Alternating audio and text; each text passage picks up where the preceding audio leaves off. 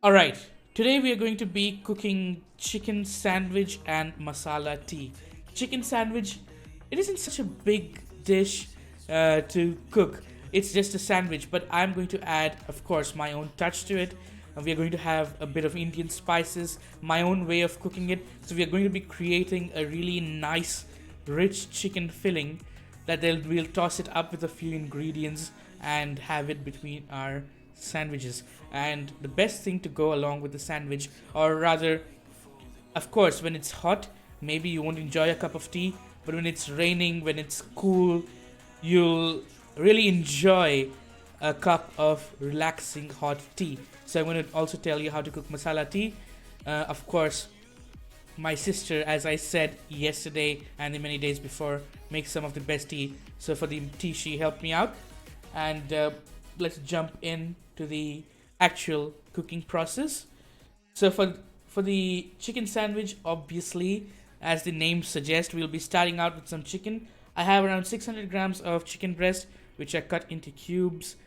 Here with me, I add in. It's washed in salt and uh, turmeric, as I always suggest you to wash the chicken with salt and turmeric. The salt is washed away after washing when you rinse it, but the turmeric stays behind because of the strong color that the turmeric has. So you'll have washed your chicken however you want. If you start adding turmeric to washing your chicken, you'll have this. Already have some turmeric on your chicken as well. So in goes salt. Now salt is according to your taste. So depends on how much salt you like in your food. Though you need to always you need to double check on your seasoning when you're cooking Indian dishes because loads of spices go in and you need a balance. After salt, you'll be adding in some roughly crushed black peppercorns, 2 teaspoons of this. So your salt and pepper are the first thing that go into this mix that we are creating for our sandwich. In goes 2 whole eggs after your salt and pepper. And after the eggs, you're going to add in some corn flour. Now, the exact quantity of the corn flour is quite difficult to judge. I can't tell you exactly how much corn flour to add, but you just need to add enough corn flour to make sure everything is binding together, everything is staying together. Egg and corn flour will help you achieve a good texture to the final cooked chicken. Add in your corn flour and you'll start mixing these ingredients with your chicken. The corn flour and egg, the egg is going to just coat your chicken and give it a really nice uh, taste, because the first thing to cook will be the egg and not the chicken, and it's going to give a really nice flavor to your uh, sandwich as well. So you mix everything up. You can see the corn flour has helped us ensure that the egg is not runny and it's sticking to the chicken. So you mix these ingredients up first with your chicken. That will be the first coat of marinade on your chicken. And when the chicken is cooked, you'll be able to see the pepper uh, on it, which creates a really nice texture. Once you have mixed your chicken with the egg yolk, corn flour, salt, and crushed pepper, you're going to add in a red chili powder. You'll need 2 teaspoons of red chili powder. You'll need half a teaspoon of turmeric, and you'll need 1 teaspoon of coriander powder. These three spices, go in.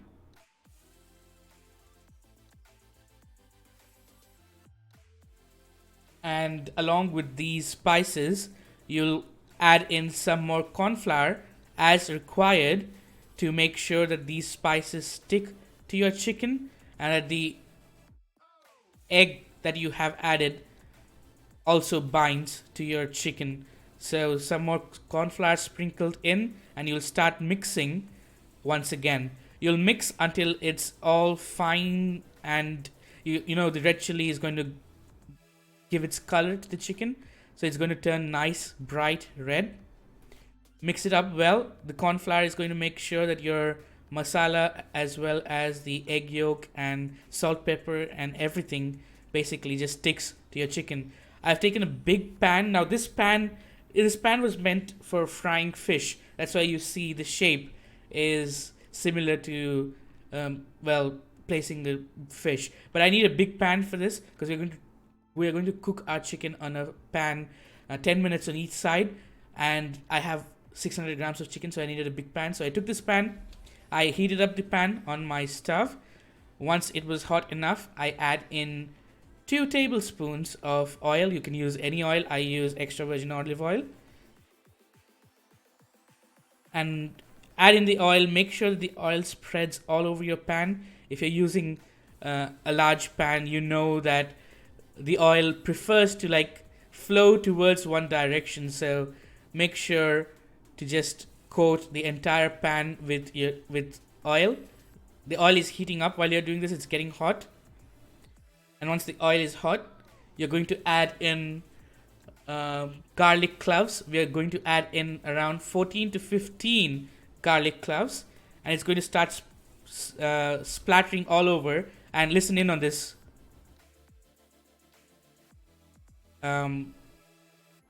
Oops, well, never mind. I exported the video without any audio, so there you go. You can't listen in on the garlic, but it's going to be,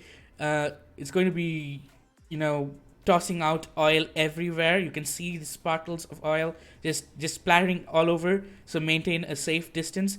You're going to saute this garlic just until it starts getting a really nice golden coat. You can already see the golden coat. And what the garlic does is it absorbs some of the oil as well, and it's going to let out that oil while you're cooking it together with the chicken. And don't worry if you think that you're putting in whole garlic cloves in sandwich. I don't want to bite into a whole garlic clove, and I completely agree. Biting in on a whole garlic clove in a sandwich is not optimal. We'll be chopping it up later. So now, what you want to do now is just get the garlic to soak in some of that oil. And when it's cooking with chicken, you want the garlic to leave out its nice flavor, its juices that will cook together with the chicken. So you're just going to give it a nice gold coat. And once you get all the garlic pieces to lose its bright white color and it's got a nice gold coat, you're going to add in the chicken that you just mixed up. Look at that garlic. It also smelled amazing once it starts roasting, once it starts getting that color. It smells really great. So this is the chicken that I had mixed well before. We add in the chicken, and you need to ensure that each piece of chicken touches the bottom of the pan. You don't want it. You don't want the pieces on top of each other. That's why we took a large pan. We don't want any of the pieces to be on top of each other. We want each and every chicken piece to make contact with the bottom of the pan. So you're going to ensure that it's making contact with the bottom of the pan. Your garlic needs to make contact with the bottom of the pan, and your chicken and garlic is going to start cooking together. In a short while, you'll have the chicken leaving out its oils. You'll have the garlic flavoring the oil, and basically all that flavor, the rich chicken and garlic flavor, is going to start cooking together. You're going to turn down the heat. You're going to cook this chicken on the side that you just placed for 10 minutes before flipping it. So the chicken and garlic cooks for 10 minutes on either side. Once you place it into the pan, the first thing that will start cooking is the egg within the chicken, and you can see there the garlic is leaving out its oils, the chicken is leaving out its oil, and it's going to cook in that very own oil. Welcome, Slit. I hope I can make you hungry. Welcome, Petikin. Hello. As I take this view of the chicken, you can see that the egg that we added has started cooking. It's going to give a really nice texture. It's going to bind the chicken together. So when you're flipping it over after 10 minutes has passed of it cooking on one side, it's going to become it's going to be similar to a pizza. You just need to going to easily flip it around and cook the other side. Thank you, Slade. Thank you. I hope you like the finished dish as well. So 10 minutes has passed. It's cooked on the bottom, the side that I placed it on. You're going to then slowly and carefully flip it over onto the other side, and you can see the texture that the chicken has got, along with the egg, the pepper, the spices. It's cooked nicely on the side that we cooked it now, like for the 10 minutes we have. So we're just going to turn each and every piece around and make sure that it makes contact with the bottom of the pan. You'll need to use some you'll need some patience, and you'll need some good time to just flip them around nicely. And the egg and corn flour together is going to make this easier for you, because the pieces are just going to be stuck together and you can flip it easily. Then you just need to spread it around and make sure that all the pieces of chicken make contact with the bottom of the pan. And then we'll cook the other side of the chicken on the pan for 10 minutes on low heat. All the chicken he killed in Sea of Thieves and Monster Hunter World? Exactly. Look at this. This is the cooked side of the chicken. The uncooked side is on the bottom, and you can already see the wonderful texture that it has. Once the other side has cooked for 10 minutes too, you're just going to toss up the pan, and break up the big pieces that are stuck together. You don't want any really large pieces, so you're just going to roughly break up some of the bigger chunks that have binded together. Chicken sandwich and not a chicken burger, eh? Well, I'm using flatbread, so it's a sandwich. If I was using buns, I would call it a burger. And well, I would add in a few more things for a burger, like mayonnaise, cheese, and stuff.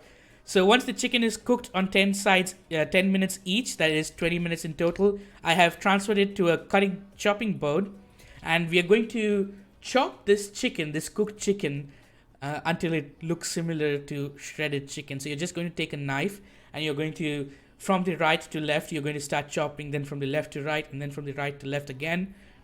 It's just you place your knife, and you put pressure from the bottom towards the back, and you keep going, all the way towards the left, then again towards the right, and again towards the left. You spend a few minutes just chopping it up, and look at that. It looks like shredded chicken, and it's ready to be tossed up with the other ingredients that we'll be adding in this sandwich. It's cooked perfectly. It's got a really nice color and texture. Doesn't that look amazing? Doesn't that look delicious? You're going to put it into a tossing bowl, and I'm using yogurt to start the base of my chicken filling, but you can use anything you like. I'm using yogurt because I like the freshness that the yogurt gives, and it's a healthier option compared to mayonnaise. But you can use mayonnaise, you can use any other, basically, something to bind your toss together, something to give it the creamy, nice texture. Yogurt is my choice, and honestly, if you want to give it a try too, because the freshness that it adds is really really nice compared to the heavy feeling that the something like mayonnaise would add. So add in yogurt. You'll I can't give you the exact amount of yogurt that you'll need to add in. You just need to add in enough to give a creamy texture, and to get all of your chicken coated with a bit of yogurt. At this point, you can also add in things like a sauce that you want, paprika, any other seasoning that you like on your sandwiches. Anything that you like, you can add in. Whatever I'm adding it is according to my taste, according to my family's taste, but you can add in any other filling that you would like as well. Once my yogurt is in, I'm going to sprinkle in some salt for seasoning. Remember that we added salt to our chicken, so while seasoning here, I'm going to be careful. And this is the closest you're going to get to me doing an impression of Salt Bae.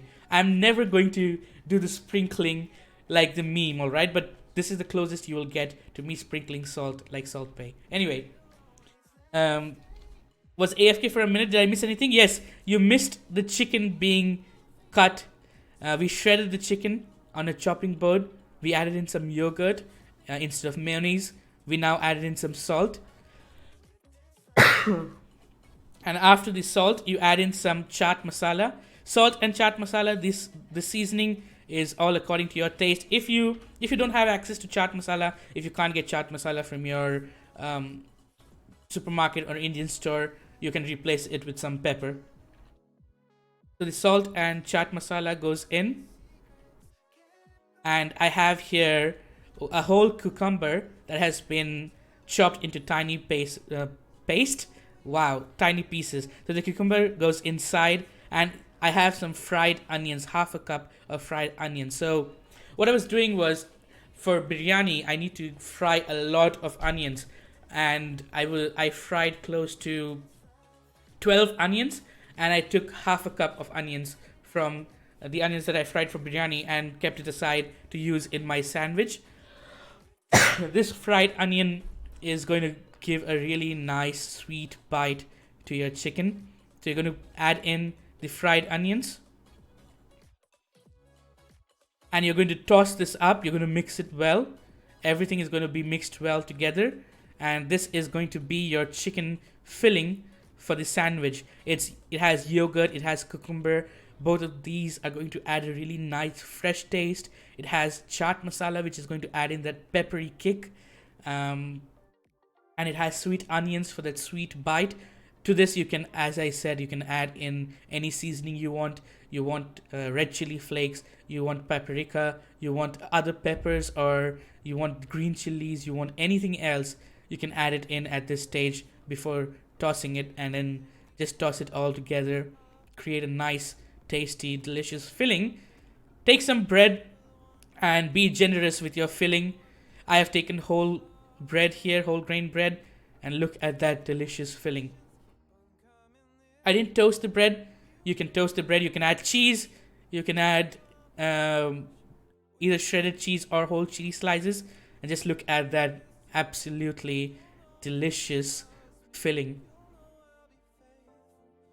Without cream, without cheese, it has a really, really rich, creamy texture thanks to the yogurt. And let's take a closer look at the filling. You can see the sweet onions. You can see the cucumber, you can see the chicken and the yogurt. I feel like I ate something similar before. Yeah, it's a very common type of sandwich here. On flights or trains, while you're traveling, they would call it chicken tikka sandwich, you know.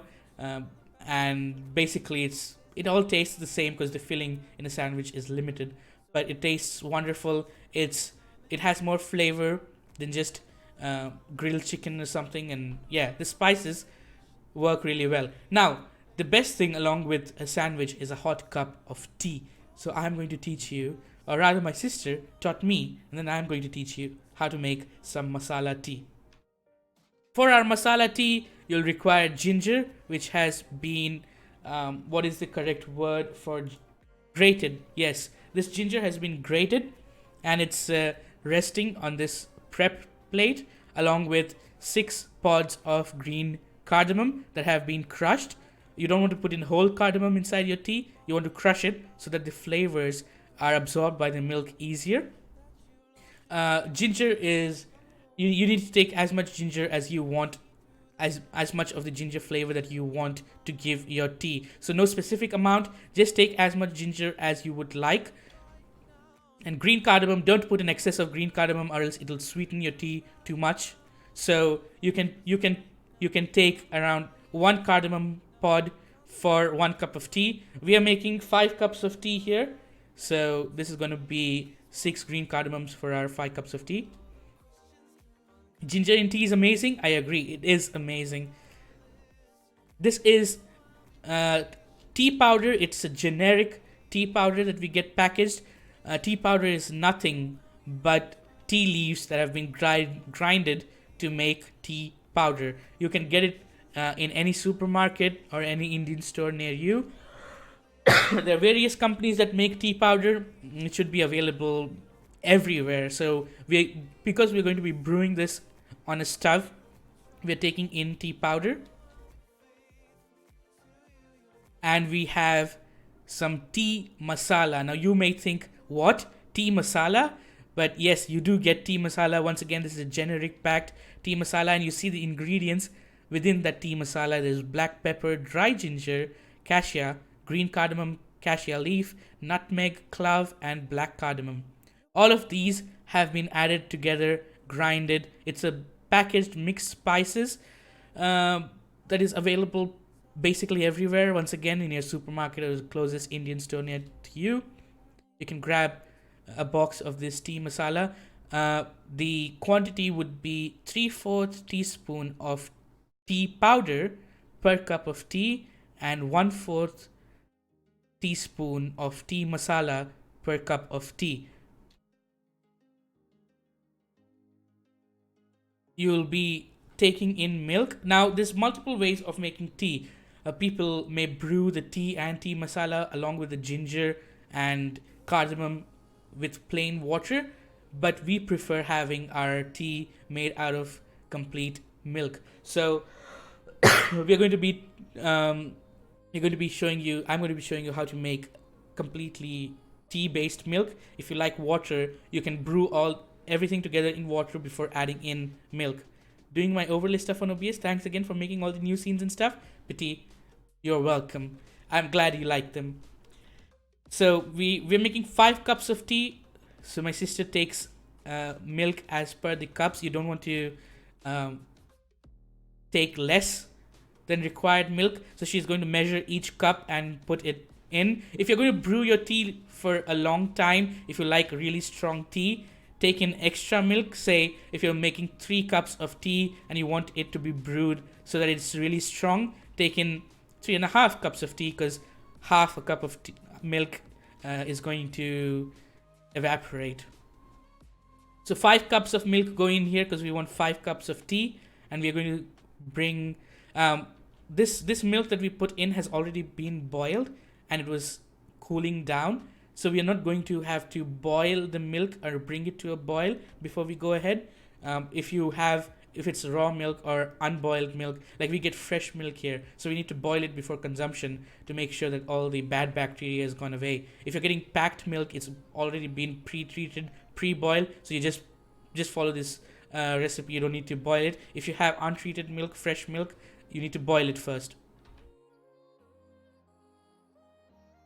So once the milk has gone in, you will add in your tea powder and tea masala and give it a mix. Usually pouring from a larger vessel into a small one results in lots of spilling for me. I wonder how it was poured so smoothly. My sister is a pro. Once you add in your tea masala and your tea powder, give it a mix and start boiling everything together on low heat. You want it to brew. You don't want it to come to a boil faster. The faster your tea comes to a boil, the less strong the tea flavor is. If you want a really strong tea flavor, you're going to boil it on low heat for a long time. Keep mixing it, and the stronger the tea flavor, the darker the milk gets. I forgot to ask, what font were you using? It's Myriad Pro, Petit. There we go. That one. All right. So the tea, you can notice the color now, and by the time it ends, you'll notice that it's a darker color. Like, look, just now you can see the difference in the tea's color. So the tea powder is doing its job. You need to brew this on low heat, and the milk will start boiling along with the tea. It starts racing to just spill out of your pan. So you need to keep mixing it often to make it settle down. Here is when the tea has brewed enough, and we give it one final boil before adding in our green cardamom. We turn off the flame while adding in these ingredients.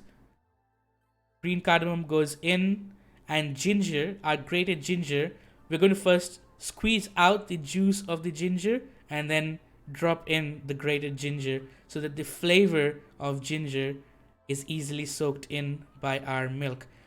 You need to bring the milk to a boil before adding in ginger.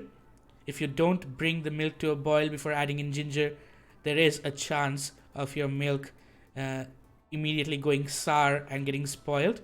So in goes all the ginger and green cardamom. You'll turn on your stove again on low heat, and you'll bring everything to a boil while mixing occasionally so that the tea doesn't spill out.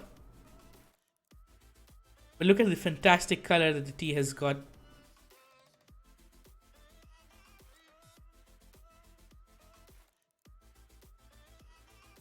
Obviously, sugar to taste, and then give it a good mix.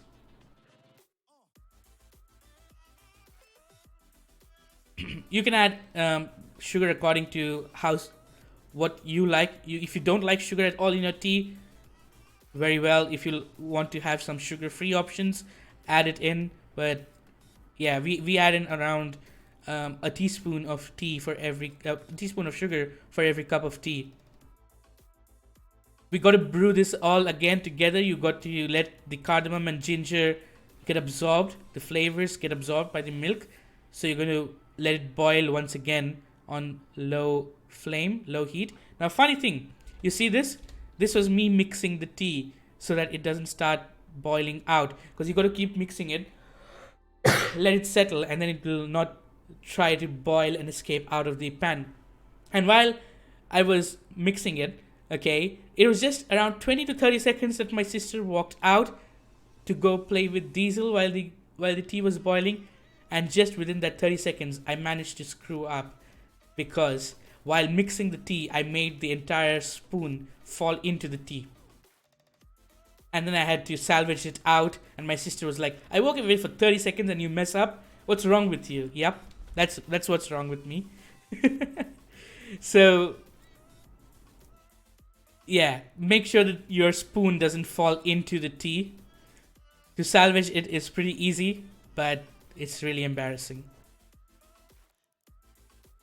You can see the tea has got a really nice color. We have brewed it enough. Everything has come together well. We're going to bring it, we're going to raise the heat and let it just come to a complete boil one last time before turning off the flame and transferring our tea into our teacups. While we are transferring our tea into our teacups, we are going to be using a thing called a strainer. You get these small strainers to make sure that the tea powder and the whole spices that we use and the ginger doesn't go into your cup, and it's just the tea that goes into your cup. My sister uses two strainers so that anything that passes through the first strainer is caught by the second strainer, and this is your masala tea. Look at the color, look at the beautiful, amazing color. One sip and it's instantly a refreshing, spiced flavor. The ginger, the cardamom, the sugar, and the tea itself. Mm. And that's the end. Phew. So that was chicken sandwich and masala tea. Pretty easy to follow. Prep time of maybe 25 minutes, 30 minutes in total. And you have a really filling, delicious snack or breakfast.